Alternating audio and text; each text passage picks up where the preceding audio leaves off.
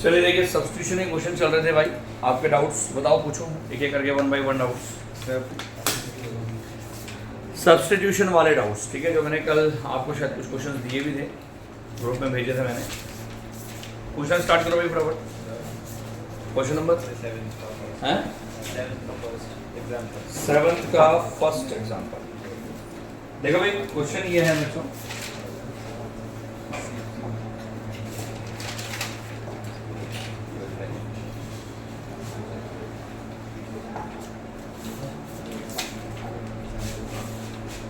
प्रश्न है, अब सुनिए ध्यान से। अगर हम 7 क्वेश्चन कहें और उसका फर्स्ट पार्ट कहें, देखिए इसका क्वेश्चन है कि सिंप्लीफाई, बच्चों सिंप्लीफाई हमें करना है cos इनवर्स और 3/5 cos x plus 4/5 sin x, और आगे उसने दे रखा है वेयर भाई x की एक कंडीशन दे रखी है π/2 से लेकर के 3π/4 तक, ट्राई कर ले। ठीक है। चलिए देखिए, मैं कराता हूँ इस क्वेश्चन को, कोई बात नहीं, एक क्वेश्चन मैं कराता हूँ, फिर उसके बाद आप लोग ट्राई कर लेना भाई। देखो बच्चे, प्रूफ क्या करना है, पहले जो सिद्ध करना है उसको y मान लेते हैं। मैंने कहा let y is equal to भाई cos इनवर्स ऐसे रहा ब्रैकेट के अंदर 3/5 cos x 4/5 sin x, ये ऐसे रहा, ठीक है। अब हमने, मुझे पता है यार, अगर यहाँ cos इनवर्स है तो कुछ भी करके cos लाना है, तो आपने थोड़ा सा फॉर्मूलों की लिस्ट भी सोची। अगर मैं एक काम करूं, मैं 3/5 को cos अल्फा मान, अच्छा cos ही क्यों माना, sin क्यों नहीं माना, क्योंकि फॉर्मूले में cos है cos भी प्लस sin है sin भी बनेगा ना। तो मैंने क्या किया बच्चों, cos अल्फा मान लिया 3/5। अब cos अल्फा जैसे ही मैंने माना, तो आप थोड़ा सा दिमाग लगा के सोचिए कि अगर cos अल्फा ये है तो sin अल्फा डायरेक्टली कितना हो गया, then sin alpha is equal to 4/5 होगा, ट्रायंगल बना करके। यस सर, हम डायरेक्ट भी कर सकते हैं, कोई इशू नहीं। तो नाउ मेरे पास y इज इक्वल टू कितना आएगा बच्चे, cos इनवर्स ब्रैकेट में 3/5 का मतलब cos alpha into cos x, और बच्चों प्लस का 4/5 का sin अल्फा और sin x, आया नहीं है? Yes sir. तो sir y is equal to cos inverse ऐसे ही रहा। अब यहाँ पर तेरे पास आ गया cos अल्फा माइनस x, बोलो ठीक है सर।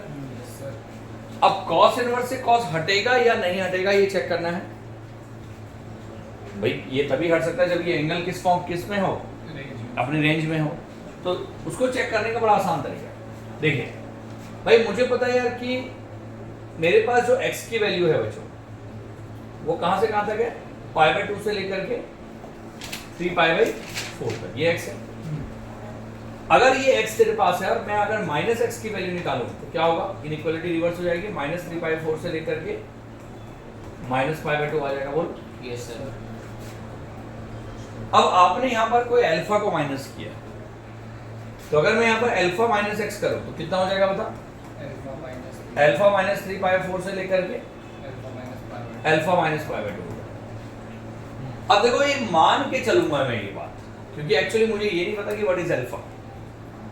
तो हम ये मान के चलेंगे कि ये अपनी रेंज में आ रहा है, क्योंकि जब तक मुझे अल्फा के बारे में नॉलेज ना हो, आप सोचो ये अपनी रेंज में आ रहा है या नहीं आ रहा, नहीं पता लगेगा ना। Yes sir. तो हम इस क्वेश्चन में क्या करेंगे, ये मान के चलेंगे कि अपनी रेंज में है। बात समझ में आ गया, क्लियर है? तो उस केस में क्या होगा, ये हम मान के चलेंगे कि ये अपनी रेंज में है। तो देन जो अल्फा तेरे y इज इक्वल टू आ गया, वो आ गया cos इनवर्स, ये cos अल्फा माइनस x है। और हम क्या मान के चल रहे हैं बच्चों, कि जो अल्फा माइनस x है वो अपनी रेंज में है, ठीक है ना। तो अगर अपनी रेंज में है तो y इज इक्वल टू कितना आ गया, अल्फा माइनस x।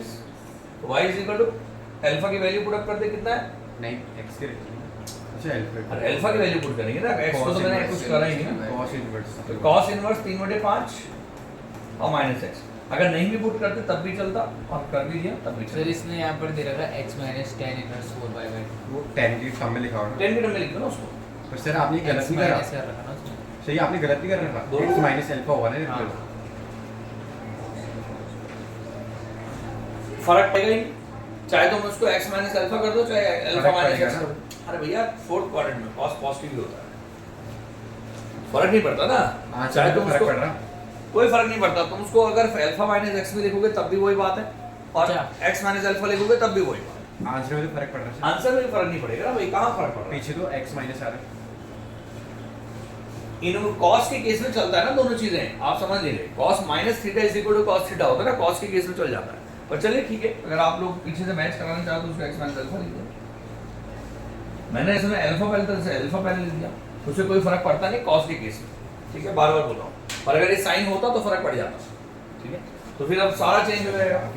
ये वाली कंडीशन क्या हो जाएगी अगर मैच कराने वाली बात है तो x minus alpha is equal to कितना हो जाएगा बच्चों? 5/2 माइनस अल्फा, और यहाँ क्या आएगा बच्चों? 3/4 माइनस अल्फा। जरा सुनो, ये 3/4 माइनस अल्फा आएगा। अब हम मान के चल रहे हैं कि ये अपनी रेंज में है, रेंज में है तो आपके पास रिजल्ट जो आ गया, इधर समझ, ये जो रिजल्ट आपके पास आ गया बच्चों, ये क्या हो गया? ये ऑटोमेटिकली क्या होता है, चेंज होता है, QR कोड इधर देख। अब ये ऑटोमेटिकली क्या आ गया बच्चों? x माइनस अल्फा आ गया। इसको भी x माइनस अल्फा कर दो, और फाइनली आंसर कितना आ गया बच्चों? अब देख ले आलोक, ये सही है तेरा? हाँ सही है। x minus cos inverse 3/5, this is your. सही है, बता दो। मैं बार बार बोल रहा हूँ, कोई फर्क नहीं पड़ता, चाहे उसको x माइनस अल्फा लिखो चाहे अल्फा माइनस x लिखो, doesn't matter, just note it down. सही, ये वाला बता दो। हटा दो भाई से, बताओ ऑन करो। अब देखो भाई ध्यान से, अगर हम अगला क्वेश्चन लेके चलें, ये बड़ा अच्छा क्वेश्चन है इसका भाई, प्रूफ करना है। क्वेश्चन है प्रूफ दैट भाई tan इनवर्स अब ब्रैकेट के अंदर ये √1 प्लस cos x और √1 minus cos x, √1 plus cos x plus √1 minus cos x upon √1 plus cos x minus √1 minus cos x, ये बताओ भाई। Yes sir. और is equal to π/4 minus x/2, is equal to लाना है π/4 minus x/2, और condition क्या दे रखी है बच्चों? पाई से 3/2। पाई से लेकर 3π/2 तक, यानी कि x की वैल्यू जो है वो पाई से लेकर 3π/2 तक है। वेरी इंपॉर्टेंट, अच्छा प्रश्न, ठीक है। इधर समझिए कैसे करेंगे भाई। तुझे प्रूफ करना है तो सबसे पहला काम हमने क्या किया, जस्ट टेक LHS। तो भाई LHS तेरे पास है tan इनवर्स ब्रैकेट के अंदर रूट के अंदर 1 plus cos x plus root के अंदर 1 minus cos x upon root के अंदर 1 plus cos x minus root के अंदर 1 माइनस cos x। बोलो ठीक है। अगर रूट के अंदर 1 प्लस cos x है तो उस रूट के अंदर 1 प्लस cos x को हम क्या लिखें? tan इनवर्स भाई 2 cos स्क्वायर x/2। बोलो ठीक है। Yes sir. अब plus under root of 2 sin square x/2 लिख सकता हूँ, यस सर। अपॉन में under root of 2 cos square x/2 minus और माइनस का under root of 2 sin square x/2। Yes sir. बोलो ठीक है। अब आप थोड़ा सा दिमाग लगाओ, √2 कॉमन लेके कैंसिल हो गया, यस सर। तो आपके पास क्या बन गया? आपके पास बन गया tan inverse cos x/2 plus अच्छा एक चीज और होता है, जब भी रूट से बाहर आता है cos तो प्लस माइनस बन क्या? तो आप कोशिश करें कि इस स्टेप में, खासकर इस स्टेप में आप एक कंडीशन लगाओ। देखो क्या कंडीशन, मुझे लगता है कि आपको कंडीशन के साथ आगे बढ़ना पड़ेगा, तब जाके आपकी एक्यूरेसी लेवल बनेगा। इधर देखो, अगर हम बात करते हैं x के बारे में, तो x की वैल्यू कितनी है तेरे पास भाई? पाई से लेकर 3π/2 तक। अगर मैं यहाँ पर x/2 ले लूंगा तो साहब ये π/2 से लेकर के 3π/4 तक हो जाएगा। Yes sir. अब x/2 की वैल्यू अगर π/2 से 3π/4 है तो यानी कि सेकंड क्वाड्रेंट भाई π/4 का मतलब 45 डिग्री इंटू 3 किया तो कितना हुआ 135 डिग्री, यानी कि सेकंड क्वाड्रेंट। तो सेकंड क्वाड्रेंट में आप तो सोच कि अगर मान ले cos x/2 है, एंगल सेकंड क्वाड्रेंट है, तो cos तो नेगेटिव होता है ना भाई। Yes sir. तो इसलिए आपके पास क्या आया, माइनस cos x/2 आया प्लस sin x/2 आया, समझ में आया? फिर साइन पॉजिटिव होगा। सिमिलरली माइनस cos x/2 और माइनस का साइन x/2, भेज में घुसा। Yes sir. x/2 की कंडीशन देखिए। अब इसके बाद मतलब इस कंडीशन के हिसाब से आपको रूट से बाहर निकालना है। अगर कंडीशन नहीं लगाएंगे भाई तो रूट से बाहर प्रॉपर वे में ये नहीं आएगा। क्लियर? अब आपने क्या किया, अब is equal to ten inverse बच्चे ऐसे रहा, आप इसमें तो माइनस कॉमन ले, न्यूमिनेटर को माइनस से मल्टीप्लाई कर तो कितना आ जाएगा, cos x by 2 minus sin x by 2 upon में cos x by 2 plus sin x by 2, बोलो x by 2 की कंडीशन चली गई। टेन इनवर्स ऐसे रहा, cos से डिवाइड कर दिया तो 1 minus ten x by 2 upon में 1 प्लस टेन एक्स बाई 2, बोलो आ गया। और कंडीशन वो चली रही है। इसके बाद टेन इनवर्स ऐसी रहा था, 1 की वैल्यू 10 पाई बाय 4, बोलो भाई 10 45 डिग्री 1 होता ना, तो 10 pi by 4 minus 10 x by 2 upon में 1 plus 10 pi by 4 into 10 x by 2, direct भी कर सकते हो। अब कंडीशन आ गई टेन इनवर्स 10 सब pi by 4 minus x by 2, पर टेन इनवर्स से 10 हटेगा या नहीं हटेगा ये डिपेंड करेगा इस कंडीशन पे। तो इस कंडीशन को थोड़ा फॉलो अप करते हैं, देखिएगा नाउ x बाई 2 की वैल्यू पाई बाय 2 से लेकर के 3 पाई बाय 4 तक ये निकाल चुके थे। अगर माइनस एक्स बाई 2 की वैल्यू लेंगे तो क्या हो जाएगा भाई, माइनस 3 पाई बाय 4 से लेकर के माइनस पाई बाय 2 तक आएगा। रिवर्स हो गया ना। और बच्चे अगर यहाँ पर हमने pi by 4 minus x by 2 कर दिया तो हमने दोनों तरफ पाई बाय 4 को जोड़ दिया। अगर इसमें पाई बाय 4 जोड़ेंगे तो माइनस 2 पाई बाय 4, बोले तो माइनस पाई बाय 2, और इसमें पाई बाय 4 जोड़ेंगे तो सब प्लस का पाई बाय 2, इसमें प्लस का पाई बाय 4 आ जाएगा ना। एक मिनट यहाँ कर दिया, इसमें अगर पाई बाय 4 जोड़ेंगे तो यहाँ तो आ गया माइनस का पाई बाय 2, और जब माइनस पाई बाय 2 में पाई बाय 4 को जोड़ेंगे तो कितना आएगा, माइनस का पाई बाय 4 आएगा ना भाई।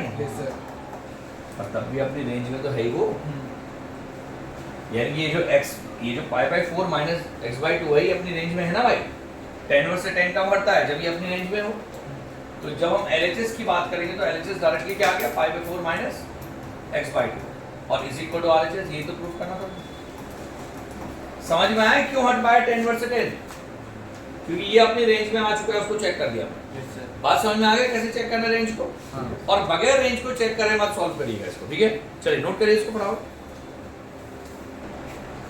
देखो भाई ध्यान से, इसके बाद कुछ ग्राफ्स आप लोगों को बता रहा हूं, देखिएगा। इनवर्स ट्रिग्नोमेट्री के कुछ ग्राफ है भाई जो ऑलरेडी हमने, देखिए पहला ग्राफ आपके पास ये है।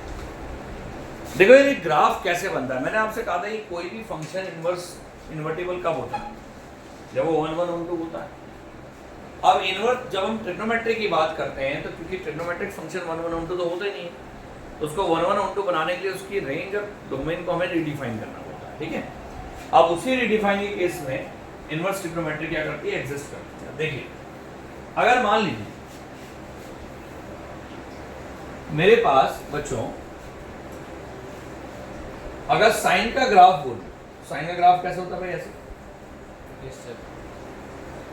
अब जब मुझे इसको इनवर्स करना है, साइन इनवर्स x निकालना है तो होगा क्या, ये -1 है, ये 1 है, तो पहले जो माइनस पाई बाय 2 से लेकर प्लस पाई बाय 2 चल रहा था जिसको मैंने रीडिफाइन किया माइनस 90 से plus 90।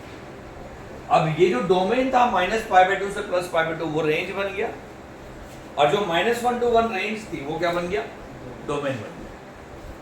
Got it.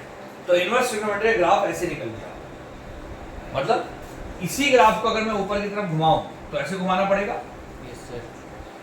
Range domain, domain range बनना पड़ेगा, पर मैं पूरा एंटायर तो चल नहीं सकता क्योंकि 1 1 होगा नहीं फिर वो।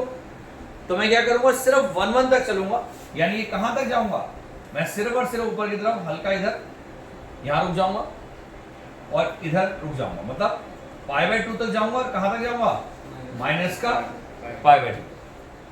आया समझ में। और जो आपके पास पहले रेंज था वो क्या हो गया, डोमेन हो गया, यानी कि -1 और 1। बात समझ में आ गई, शिफ्ट हो गया ना ग्राफ। तो पहला ग्राफ आपके पास ये आता है, किसका आता है, साइन इनवर्स। बनाइए फटाफट इसको। सर वो minus pi by 4 pi by 2 के साथ। देखो भाई आपको सिर्फ ये समझना पड़ता है बच्चों कि जो ग्राफ आपके पास है इनवर्स ट्रिग्नोमेट्री के, उसका शेप कैसा होता है। बहुत डिटेल में जाने की आवश्यकता नहीं है आपको, बस ये समझ लीजिए कि किस तरीके से वो एक्ट करता है। इसी तरीके से बच्चों अगला ग्राफ तुम्हारा, अच्छा इसमें कुछ चीज़ें हैं वो समझ, अगर आप समझ लेंगे तो आपके लिए ज़्यादा बेनिफिशियल होगा।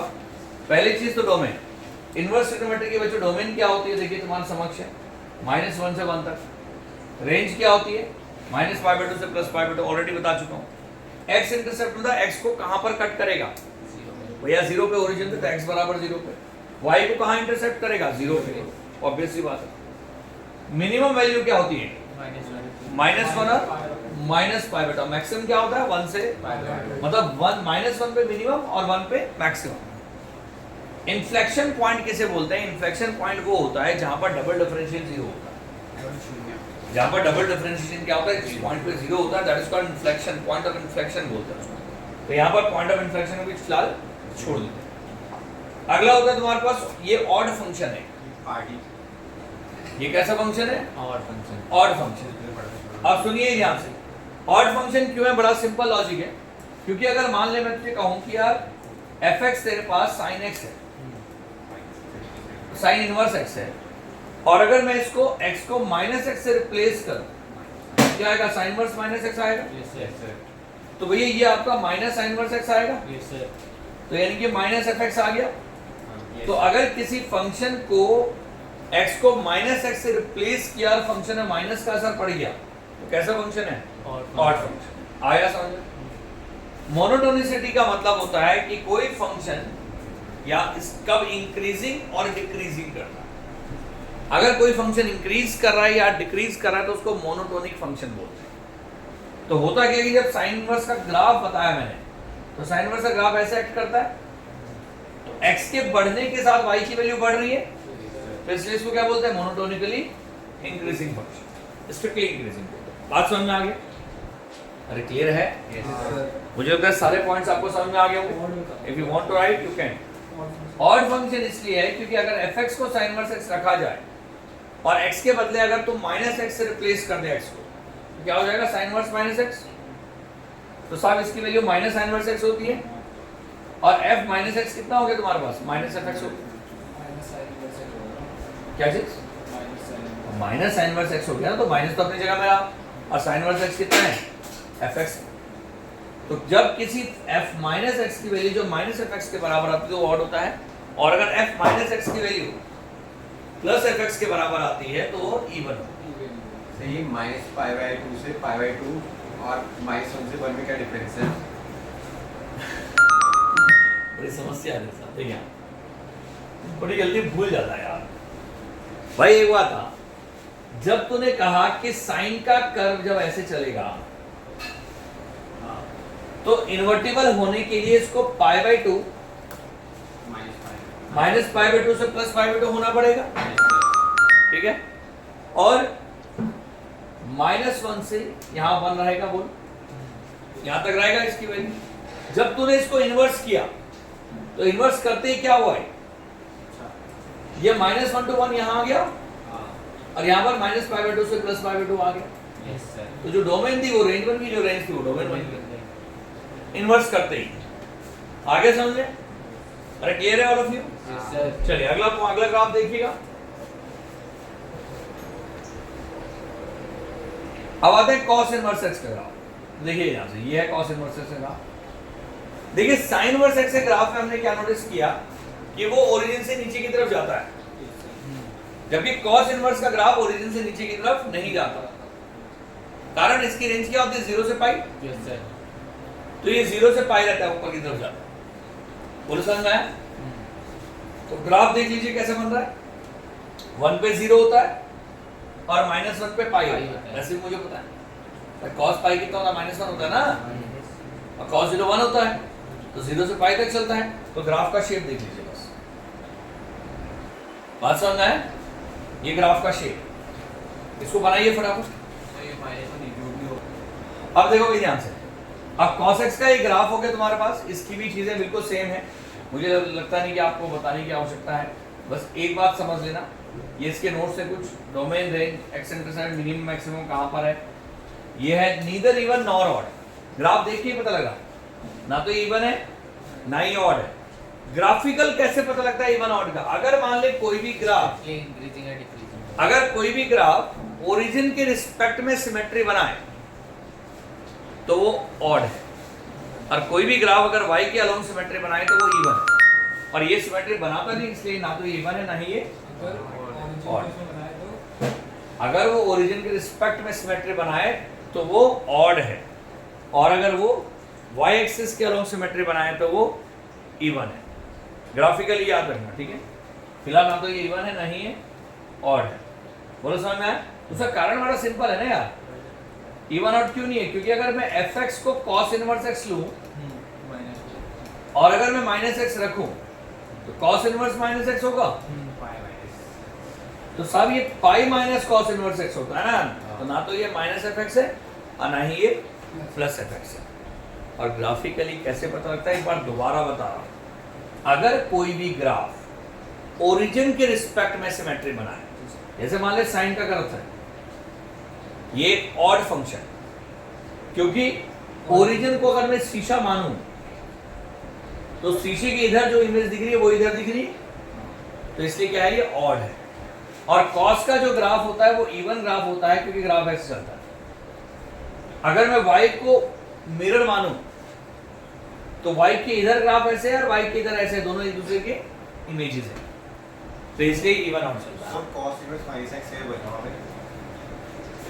cos इनवर्स x होता है तो ठीक है। आगे भी समझ में, तो इसलिए इवन और फिर कंडीशन में बताया, ठीक है। Strictly decreasing। स्ट्रिक्टली इंक्रीजिंग होता है, डिक्रीजिंग होता है, सॉरी डिक्रीज नीचे की तरफ गिरता है ना ग्राफ। हाँ। अब सुनिए, अगला है तुम्हारे पास tan का ग्राफ। अब tan इनवर्स भी ओरिजिन से पास होके जाता है भाई। यहाँ पर आप सिंपल आप देख रहे हैं, ये जो ये वाला पॉइंट है हमारे पास, इसको गौर से समझिए। ग्राफ ऐसे चला क्योंकि tan का जो ग्राफ होता है बच्चों ऐसे चलता है ना, यस सर, और हमें सिर्फ माइनस π/2 से लेकर प्लस π/2 लेना पड़ता है, और चलता है कहाँ तक, इन्फिनिटी तक।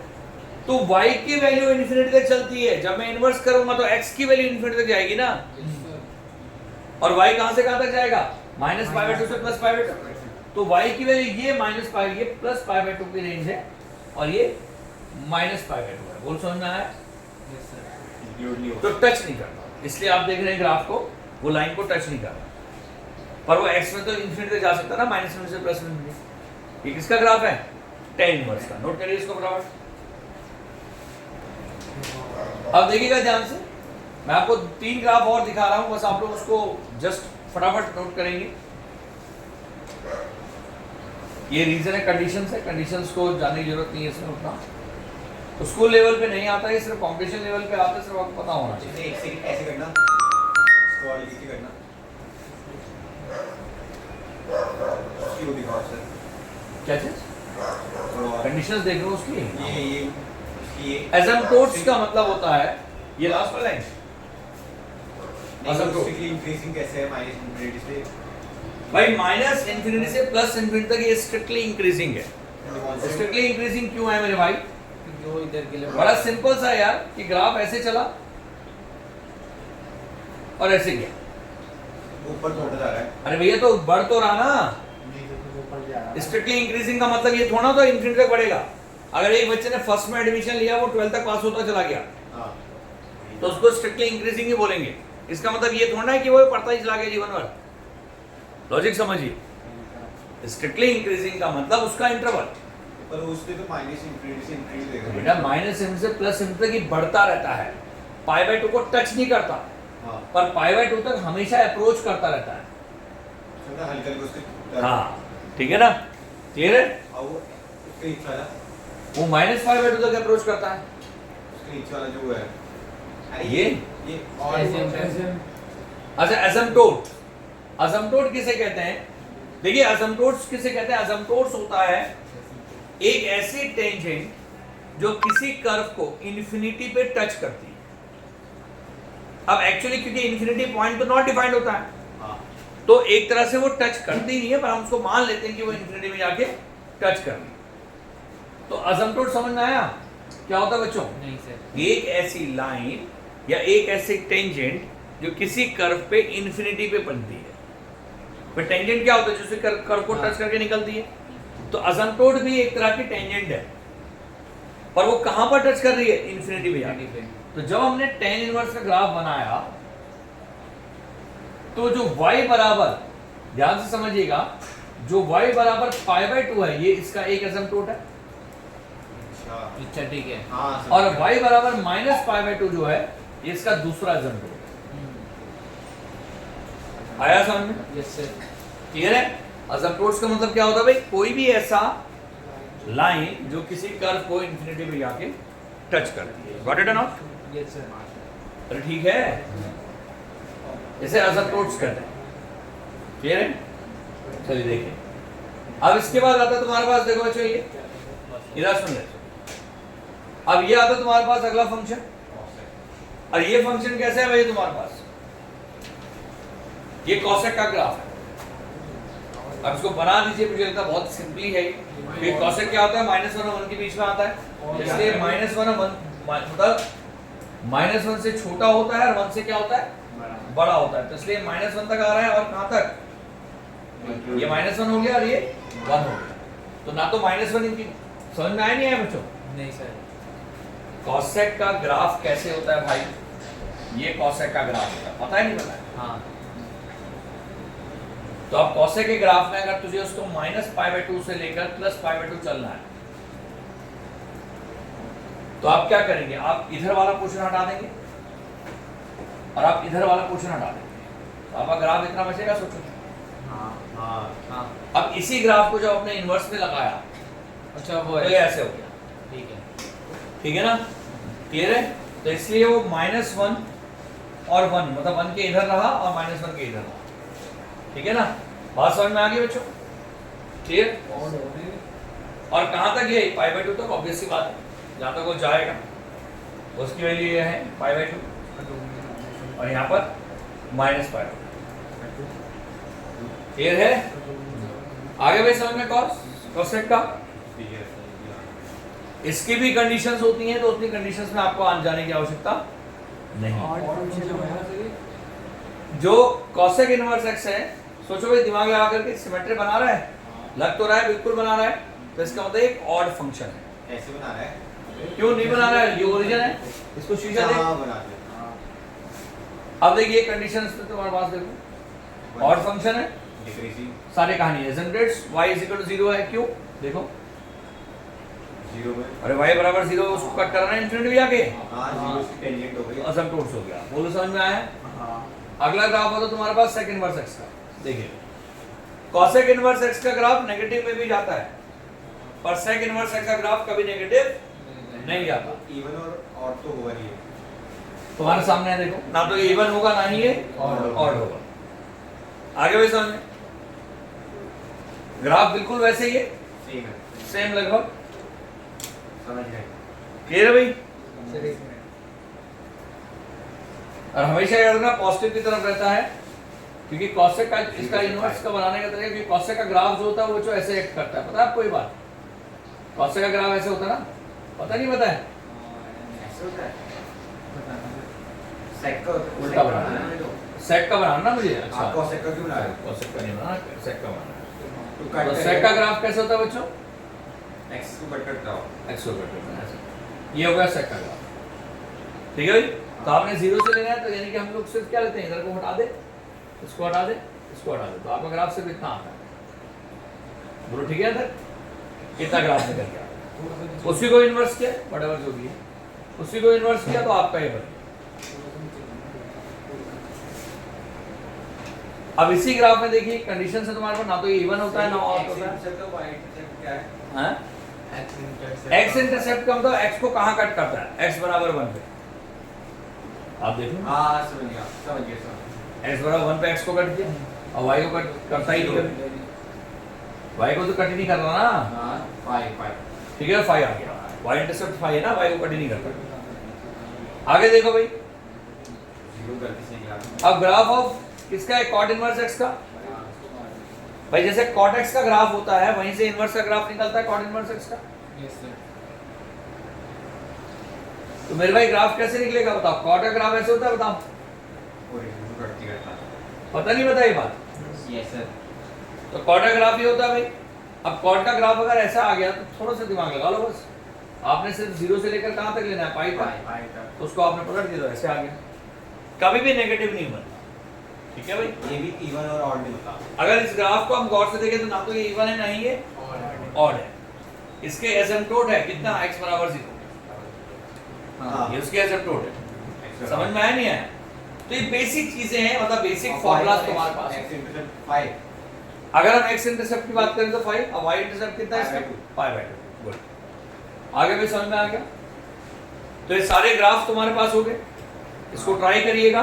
कल सब्स्टिट्यूशन के क्वेश्चन को कंटिन्यू करेंगे। ये ग्राफ मुझे बताना था इसलिए मैंने बीच में बता दिया आपको। कल सब्स्टिट्यूशन को कंटिन्यू करेंगे। जो भी तुम्हारे डाउट्स होंगे बच्चों तो तुम लोग मुझसे पूछ लेना। चलिए, थैंक यू। और